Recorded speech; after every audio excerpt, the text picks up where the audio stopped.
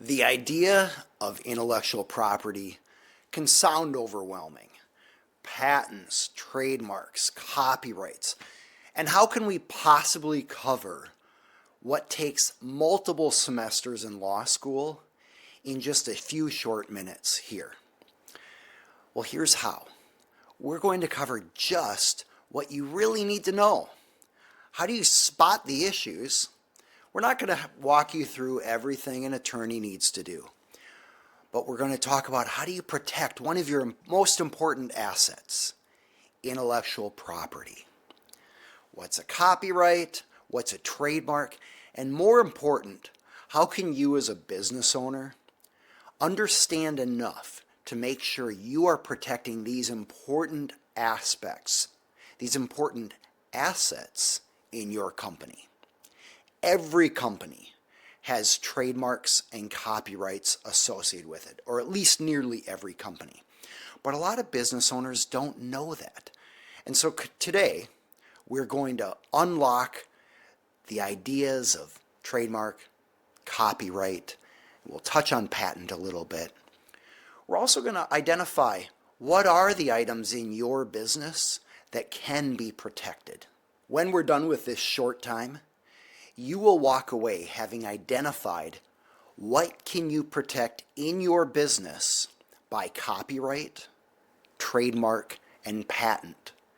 And you'll have a plan of action on how to go about getting that protection if you even need to. A lot of times you have protection built in, and I'm going to talk about the protections available to you for free. First, let's talk about copyright. I think you'll find once you understand the purpose for copyright, it will all make sense.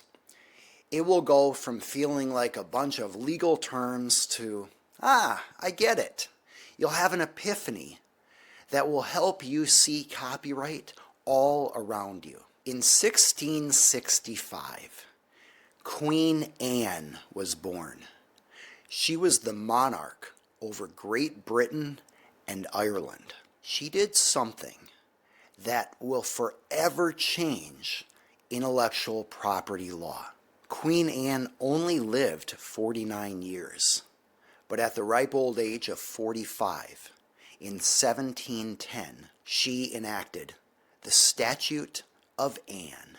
This was the first statute that established copyright law. Basically, the law said, those who are artists, who create art, have a right to control their art. They have a right to control if it's copied, if it's used, and what that looks like. We're going to call that copyright, the right to control copies and subsequent use of your art. So, the idea behind copyright is to protect the rights of artists. Did you know that the copyright idea was included in the United States Constitution by our founding fathers because they wanted to make sure that this important intellectual property right was established in the founding document for our country? I'll read it to you. It says, to promote the progress of science and useful arts by securing for limited times to authors and inventors the exclusive right to their respective writings and discoveries. Now, the reference to inventors and discoveries, that's patent law. We'll cover that later. But for now, we're talking about artists. So, when an artist creates something, they automatically get a copyright to it.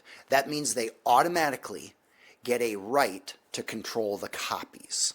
So let's talk about what kind of works could an artist create that would be protected.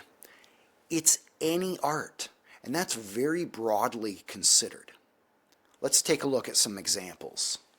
Here we have an album for a record player. Let's take a look at this. We have an album cover. Is that cover protected by copyright? Certainly. What about the photo that was taken of these individuals? Is that protected by copyright? Yes. Photos are protected, the cover is protected, the music is protected. All of that was created by artists, perhaps different artists. And that means there are different copyrights associated with each one of those works of art. The photo, the design, the music. And by the way, even with music, you have the written composure of the music, and you have the recording of the music. So there are two different aspects of art that are fixed into a tangible medium. In other words, you have the composure, you have the recording. Both of those, which could be by different artists, are protected by copyright. Now, if you'd like to know more about how to avoid trouble like this, I have a free resource at aaronhall.com/free. I provide information for business owners of small to mid-sized companies on how to avoid common legal problems. That includes a PDF, it includes videos talking about important issues. I'm Aaron Hall. I'm an attorney for business owners and entrepreneurial companies. If you'd like, subscribe to this channel so you can get more educational content like this.